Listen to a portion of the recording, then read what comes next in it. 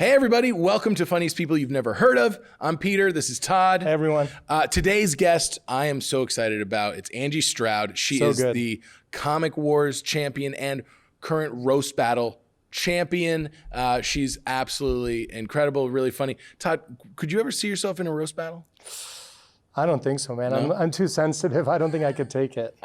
Really? Like what, I mean, what are some of like the meanest things people have ever said? Oh man. To you?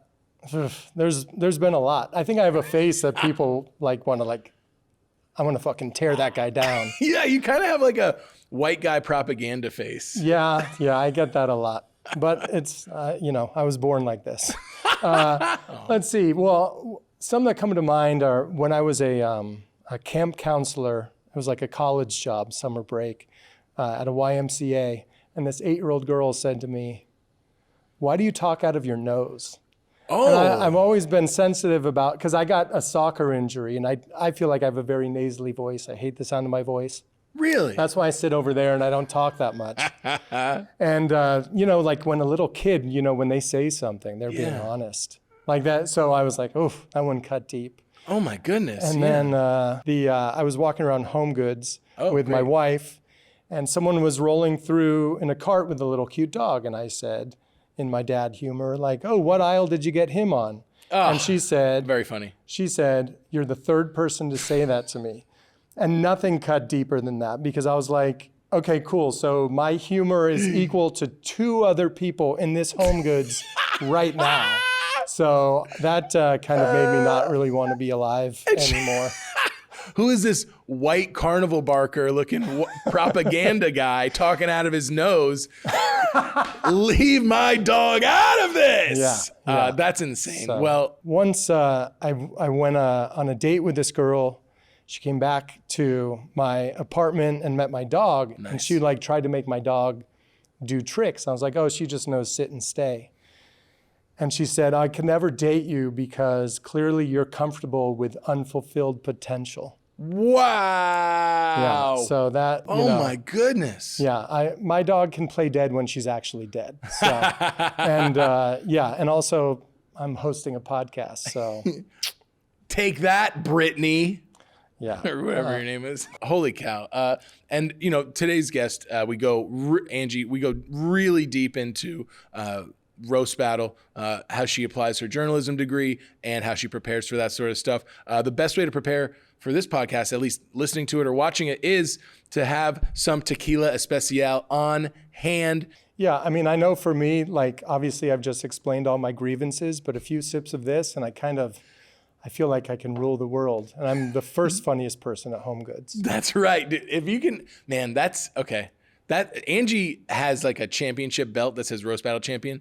I'm going to get you something that says funniest guy at Home Goods. Sweet. Maybe we'll get a sponsorship out of it. Hey, yeah. I love Home Goods. I love towels and loose pillows. As a married person, Home Goods is basically like Disneyland. We should hang out, man. Hey, don't forget to like, share, and subscribe as well. We're on YouTube, Spotify, and on Instagram, and now on TikTok. I'm pretty excited about that. We're struggling on TikTok. I'm too old for this shit. All right, well, enjoy this episode with Angie STROUD, myself, and Todd in the outfield.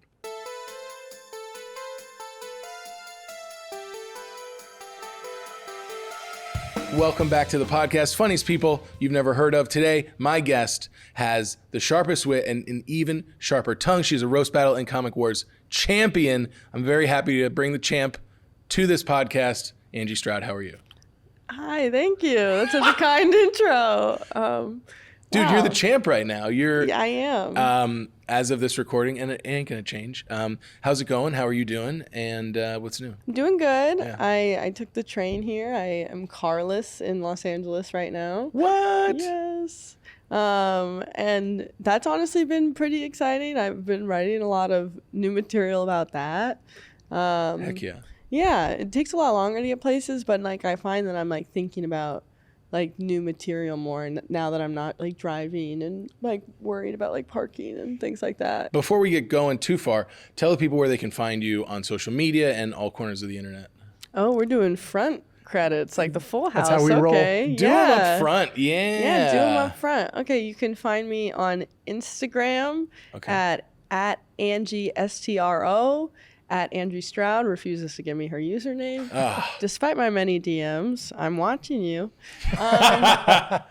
And you can find me on TikTok under the same username, Angie STRO, YouTube under the same username, and Twitter at Angie Takes Miami. 80 followers strong on Twitter, so we are. Takes Miami. Headway. Yeah. Where'd you take Miami? Where did you take it to? I'm taking it. You're like, we're sinking this. We're sinking. We're going underwater. That dang Gator Town. I kind of want to know about this alternative Angie STROUD. Yeah, is she Todd from the outfield? You know, there's a woman who's like, a mother of two. She posts once a year, and she's Angie STROUD. And I DM'd her once, like, hey, can I please have your username? Yeah. And she never responded. Listen, we don't shy away from beef here on this podcast. So I'm calling you out. Yeah. Hey. I challenge you to a roast battle. Whoa! That's the only way to settle it. Bring your kids. Winner gets the username. I will bring honor to the name. This poor woman shows up with her whole family, and you roast all of them. She's like, please leave my family out of this. So I'm like, nope. What are your ties to Miami? I have no ties to Miami. I've never been, but I'd like to go. That's what I was hoping you would say. Well, the Kardashians had that reality show, like Kim and Khloe Takes Miami, and I thought that was fun. Oh, yeah, that is fun. Miami. So let's, we're gonna get to roast battle and all that stuff, but let's start a little further back. Did you have like any hobbies growing up before you got into comedy, and what led to that? I got into comedy through doing theater. I did I would spend every summer as a kid doing like theater camps at the YMCA in Chesterfield, Missouri. Wow, yeah. And theater turned into doing improv in middle school and back to theater in high school.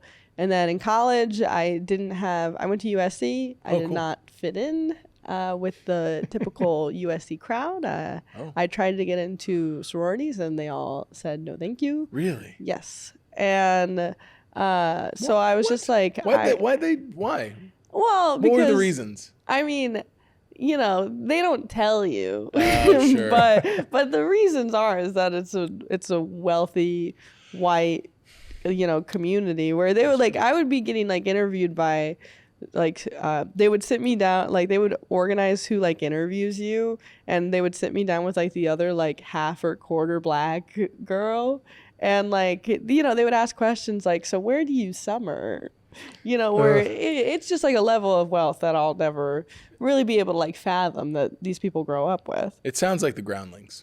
Really? Yes. I've never been. Just the whiteness and the wealth part. And just the overall country club vibe. Yeah. and so I just wanted to join clubs, and I had done improv at the YMCA before. So I did improv, and then I took a stand-up class at USC. Oh, neat. And that was that was just lightning, where the first time I did it, I loved it, and I never stopped doing it. If you want to experience the power of invisibility as an adult, cry in public. No one will look at you. That's actually a really good tip for any of you ladies out there. If you're crying on the street, no one will fuck with you. They'll be like, oh my God, someone already got to her. So you have this theater background, you're at USC. Did you end up graduating, or did you just decide you were finished?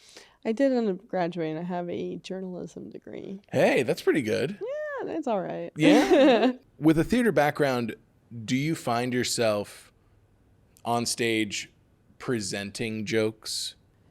I think that it's a double-edged sword. I think it helped with my stage presence and appearing confident when I was first starting out, where even when I was really nervous doing my first few shows, I was still able to visibly suppress that and present confidence. Yeah. But then it has made me realize I'm now in year 5, and that's something that I'm actually trying to push more towards, is being more spontaneous. That's why I've really enjoyed doing Billy Meyer's show Riff Raff. Sure. Because when I'm entirely it's I can only really either be entirely spontaneous or entirely scripted right now. And it's fun, but I'm trying to figure out a way to more blend the two, like someone like Rick Ingram at the Comedy Store, where he will like flow between material and talking to people, and that's kind of the entire act. And yeah, and Rick, opened for Chappelle and Chris Rock just a few years ago, and he plans his type of crowd work to bleed into his material he knows he's going to do. yeah, And it's so natural and authentic up there. yeah, and so I'm at a point in my career where I'm happy with the voice and the material that I'm performing, but now I want to make it, even if it's not entirely spontaneous, just seem more breathable and spontaneous and like more of a conversation that's living in the room rather than talking at people. Because I have noticed now when I have sets that aren't successful, or last night I did a show in like a hotel banquet hall and it wasn't really my crowd, but I had planned the jokes that I was going to tell, and even when I could see it not veering my direction, I have trouble course correcting once I've already decided what the script is. Right. And so I want to be able to, the way that I'm like trying to intentionally grow right now is to be able to like really like be able to throw a script away and be like, okay, what's going on here? Right. Like in a room. Yeah, and how do you mindfully practice that? Because, say if you were an athlete, I'm practicing, my elbow jumper or, my 3-pointer from the wing. You do that when no one's watching, but how do you practice that sort of thing, with stand-up? Is it a case of, you're walking up with that mindset, or is it a case of like, all right, this crowd I'm in front of is going to serve the next crowd and I'm going to learn from doing here? I think that the way that I think I could learn it is just by more intentionally going into sets without a rigid plan, like not necessarily like something that I've heard like Rory Scovel say was like when he was doing like improvised hours, he was like nervous the first time he did it, but then by the end of a weekend of doing it, he's not nervous at all because he just like trusts the fact that he's funny. And I think that it's mostly about just having like trust in yourself that you're going to figure it out rather than trying to like plan out 10 minutes or plan out 15 minutes rigidly. An old white man stopped me in my tracks at a bar recently. Always something good. Always something good. And he was like, "Oh my God. You are so exotic. You are so exotic. What is your ethnicity?" And I feel like exotic's kind of a weird word, kind of a slimy little word. It's like your little way of saying, hey, you're different, and I want to see you naked. Like, what color's them nips? Pink or brown? And, I told him, I was like, oh, I'm half black. And he was like, oh, no. Nope, there's something else. There's something else in there. And so I didn't know what to say. I just lied. I was like, oh, I'm also inbred. Currently, you're at the Comedy Store. Earlier, you were talking about, the confidence that you're bringing to the stage in your early, stand-up career and, trying to appear comfortable and confident and all that stuff. Is there a persona? Well, what's your onstage persona now? Whether you're roasting or not roasting, is it different? And also, like working at the Comedy Store, do you kind of like put on a persona to deal with people? Because I've seen you like handle some people like a group of like rowdy men that are like, hey, we want to take our phones out, and you're like, this ain't happening here. You know what I mean? Yeah. I'll start with the store. So, I mean, the store is definitely one of those like getting thrown in the deep end sort of things where, you join a group of people, and I mean, it is like people describe it like college, where it's like you're like a freshman in college. Everyone already has their friends. Some people are happy that you're there. Some people aren't necessarily happy that you're there. Right. Because I mean, for a lot of current door guys, they see new people get hired, and they're like, "You're just someone who's taking stage time from me," sort of thing. Right. And so it was one of those things where I didn't realize that I was like a quieter person when I first got hired there. But then when I realized that I was like in a job where I had to like, yell over like 50 drunk people who don't really want to listen to me to like tell them rules that they don't really want to hear. Like it's made me a lot more of like a socially confident person in a way that I wasn't before.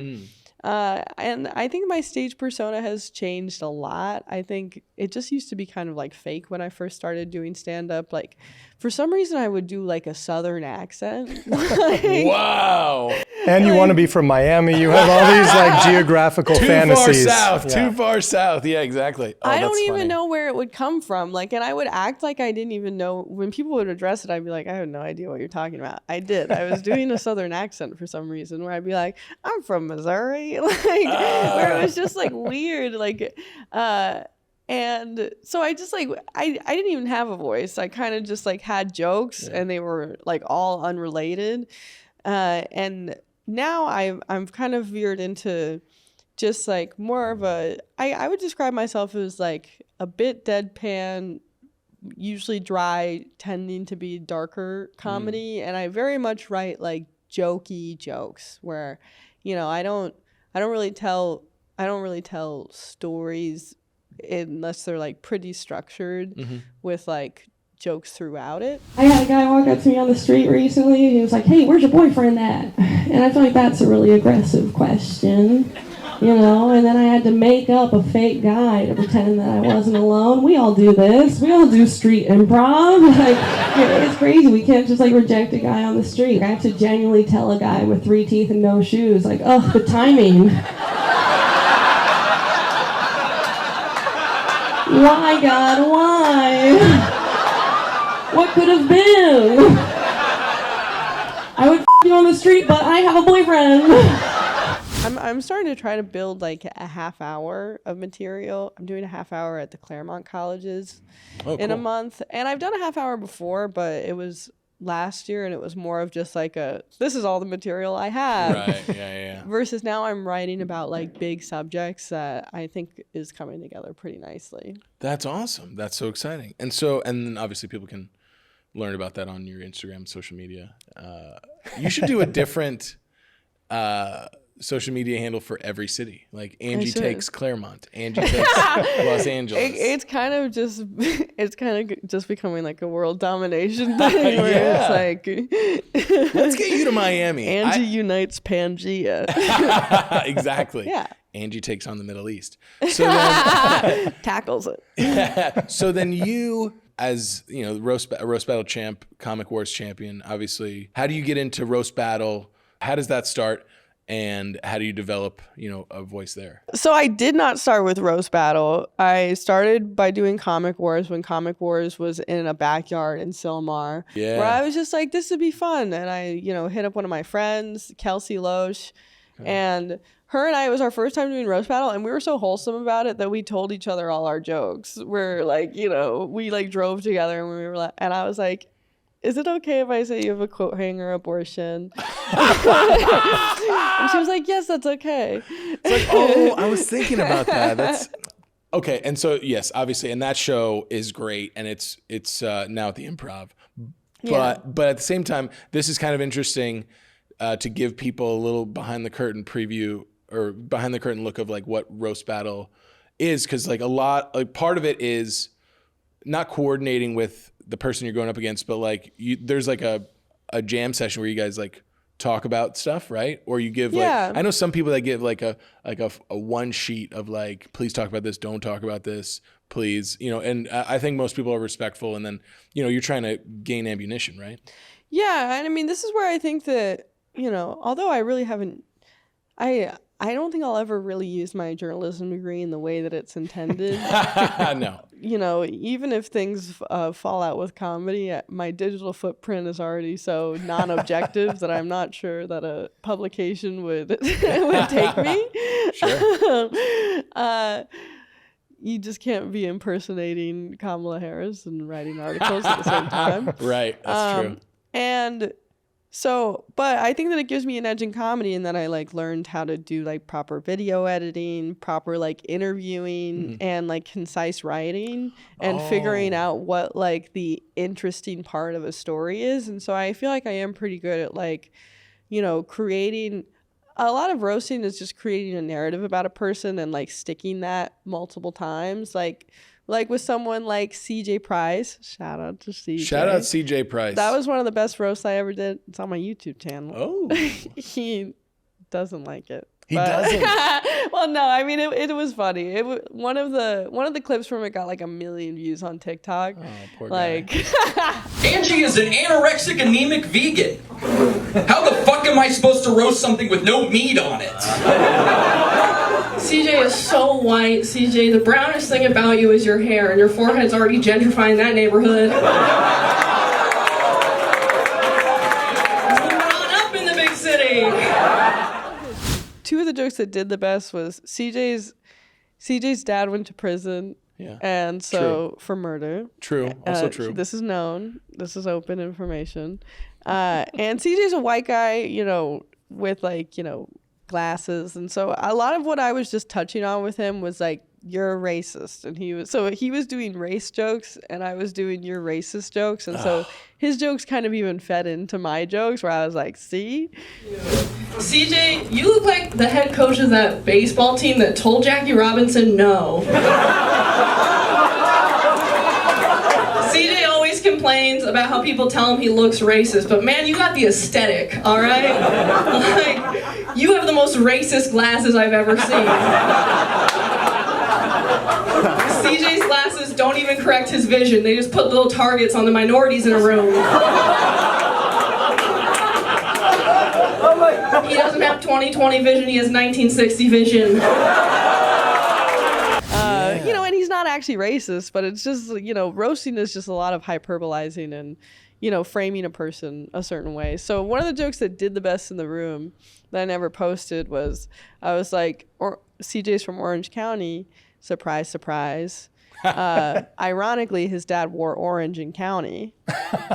Wow. So Amazing. That was one of my Clever. favorite jokes. That is absolutely fascinating to me. That is how you use your journalism degree. You're doing the research and you're doing the homework and like, you know, that's how it's feeding into like your roast battle. That's awesome. Thank I mean, you. I think that's like money well spent.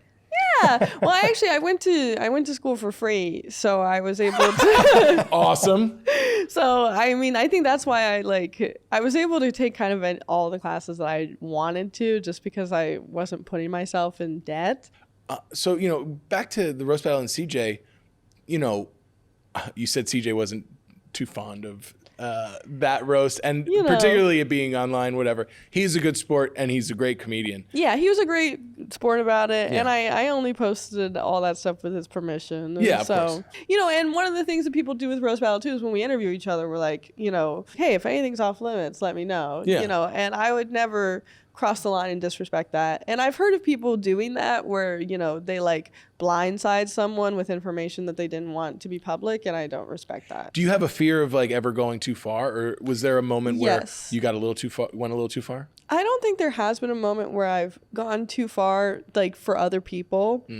But the issue with roasting as well is that, you know, although it's like consensual between the two people, you know, and a lot of roasting tends to harp on stereotypes, you know, whether it be based on gender, sex, or sexuality, you know, and people make racist jokes towards me all the time. I don't care. I know that I've talked to the person before. I know that they don't care. Right. But there is a part of me that's worried about how roasting in general will age and how, you know, how people might turn around and like see, you know, me roasting one of my friends and take that as like my opinion on a group of people, or like just, you know, it's like, oh, this is like a joke that's wordplay on race, and so therefore she's racist, you know. But I Right. think most comedy fans understand the art of it, but it's just when things like roasting get beyond comedy fans that I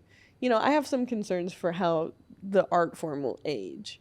It's funny because when you're roasting like white guys, it feels like it's an open field. But then when you get into really any other like race, gender, or identity, I wake up the next day and I'm like, I wonder if I went, you know, Right. too far. Not for the other person. I've had people, you know, be like, you could make a joke about this about me, you know, and like suggest something wild, and I'm like, I can't say that. Right. You know? Oh, they're like pitching you like, hey, you can talk about this. Yeah. This very yeah. Whereas like I still have to say it. So it's, you know. Yeah. And so I'm just worried about how sensitive our culture is veering. If people are like, how much people are going to be able to look back and see things as jokes. In these areas, roast battle or like regular comedy or stand-up comedy, we're trying to be funny. And like, that's what you signed up for. You know, I'm trying to veer into more topical material. Most of my material the first like 2 or 3 years of my career was almost entirely like personal story material. I want to become less of an identity comic, you know, and that's how I really got into this and honestly, I'm one of the few mixed women, and I like doing stand-up in this city. There's a few of us, but I used to think, you know, when I first started, I kind of thought that I was one of the only ones. And so I would get up and I would say, I'm half black, thank you. And then I would like bow. Right. And so like, and I, you know, all of my material was really about like growing up between these two cultures. And it was interesting to me, but you know. Are you bored of that? But I'm bored of it. Yeah. And I hear other people do similar things where talking about your racial identity, like it makes you so special, is like something that actually a lot of people do from what I'm seeing. And that it kind of, it just like, it's kind of like you eat the same food every day and then you can't stand it anymore, where it was just like one day I just couldn't stand the taste of my jokes anymore. And I just want to be, I don't want to be known as like a half black comedian. I just kind of want to be known as a comedian. And so I'm just working on, you know, I'm working on more observational topical material so I can like have a real perspective rather than just have a list of an identity and talking about what all of those experiences are like. There's still jokes that I like and there's jokes that I'll continue to tell, but you know, it's something that I thought that I was going to be like building an hour off of when I first started out, and now I don't think that way. And I think that's just, you know, growing beyond like I feel like whenever people ask me how to get into stand-up, I'm like, you get into stand-up by going within yourself and introducing yourself to a group of people. And I think that I'm beyond introducing myself to a group of people and now trying to have an actual perspective on things that are happening around me. Hell yeah! If you weren't an Angie STROUD fan before that, whew, that is so beautiful, dude. Oh, thank you. Can I get that on a T-shirt? We're almost out of time. Buy my merch. Yeah, exactly. We're almost out of time. Angie, you know, going to USC and getting denied by all these sororities, it feels like post-school you found a bunch of, you know, sororities and fraternities at the Comedy Store, and you know, just kind of like cultivating and finding your voice. People are gravitating towards you. So I thank you so much for coming here to share your story with us. Thank you. You absolutely rock. I'm happy You that too. everyone that's listened to this or watched this knows you now, and you know they have no excuse not to follow you and check out your journey. Now, what we like to do at the very end is I want you to, you know, refer a comedian you think we should have on the program. I think you should have Jackson Banks on the program. Okay. He is releasing a new special that I can't wait to watch. He's one of my favorite people to watch in general at the Comedy Store. And I genuinely think that he is the ghost of a 1970s rock star that walks among us. Thank you so much for joining us today. For Todd and everybody here at Funniest People You've Never Heard Of, I'm Peter Murphy. See ya. Funniest People You've Never Heard Of is a production of Toby or Not Toby Productions. Executive producer, Todd Fields. Producer and host, Peter Murphy.